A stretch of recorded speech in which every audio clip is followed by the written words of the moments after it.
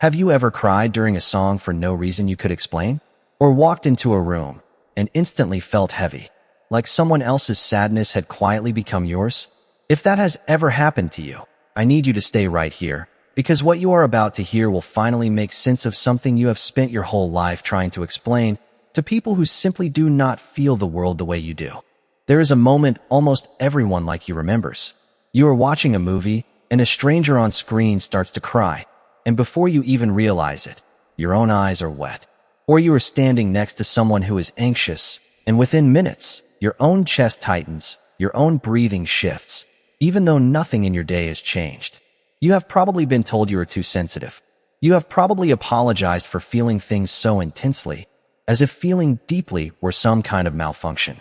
I want you to hear this clearly, right now. It is not a malfunction. It is a nervous system doing exactly what it was built to do, only turned up louder than most. Here is where the science comes in, and I promise to keep it simple. Deep inside your brain, there is a network of cells called mirror neurons. Their entire job is to fire not only when you do something, but when you watch someone else do it.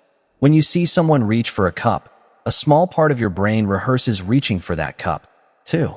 When you watch someone wince in pain, that same mirroring system activates, and for a fraction of a second, your brain responds as if the pain were happening to you. In most people, this system runs quietly in the background. In some people, it runs hot. Researchers studying empathy and social neuroscience have found that certain individuals show heightened activity in these mirroring circuits, which means they do not just observe another person's emotion, they partially live it. That is not a metaphor. That is measurable brain activity. This is where the idea of the highly sensitive person, or HSP, comes in. The term was first researched by psychologist Elaine Aron in the 1990s, and what she found changed the way scientists understood sensitivity altogether. Roughly 15 to 20% of people are born with a nervous system that processes sensory and emotional information more deeply than average. Not more emotionally unstable. Not weaker. Deeper.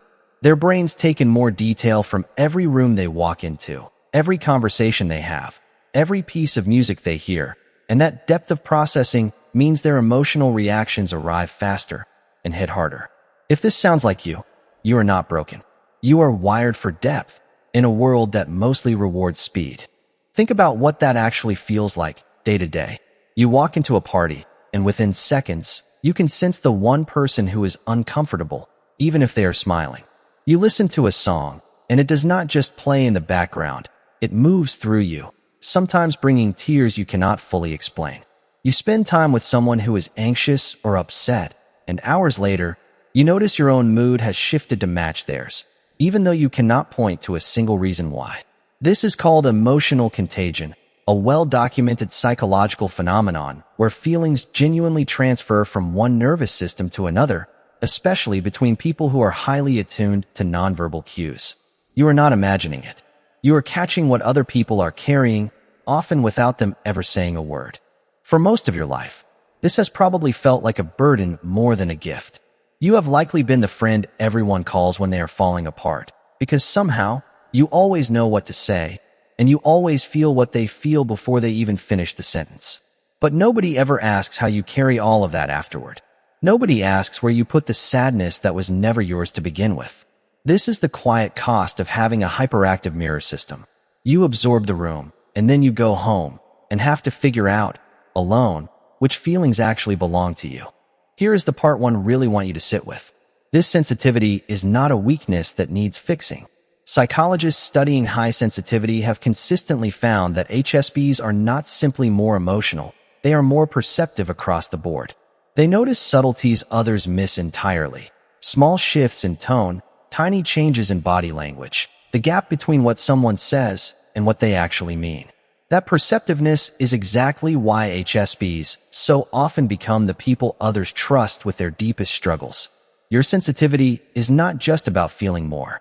It is about seeing more, understanding more, and connecting more honestly than most people ever learn to.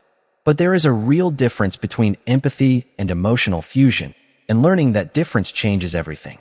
Empathy means you understand and feel with someone. Emotional fusion means you lose yourself completely inside someone else's emotional state until you can no longer tell where they end and you begin. If you have spent years feeling emotionally exhausted after helping people, feeling drained after being around friends you love, feeling like your own mood is constantly hijacked by whoever is nearby, this is likely what has been happening. The goal was never to feel less. The goal is learning to feel deeply without disappearing inside what you feel. This is why boundaries matter so much for people wired this way, not as walls to keep people out, but as a kind of emotional filter that lets you stay open without being flooded. Researchers who study sensory processing sensitivity describe simple practices that genuinely help.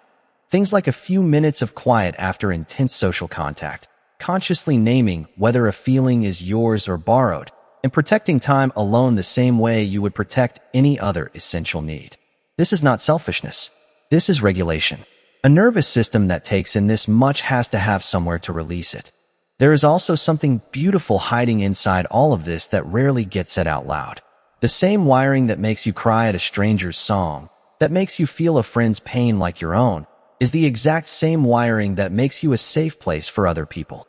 It is why people trust you with things they have never told anyone else. It is why your presence, quiet as it is, makes people feel truly seen. The world does not need fewer people who feel this deeply. It needs them to understand what they are carrying, so they can keep carrying it without losing themselves in the process. So, if this described you, I want you to walk away from this video with one shift in how you see yourself. You are not too much.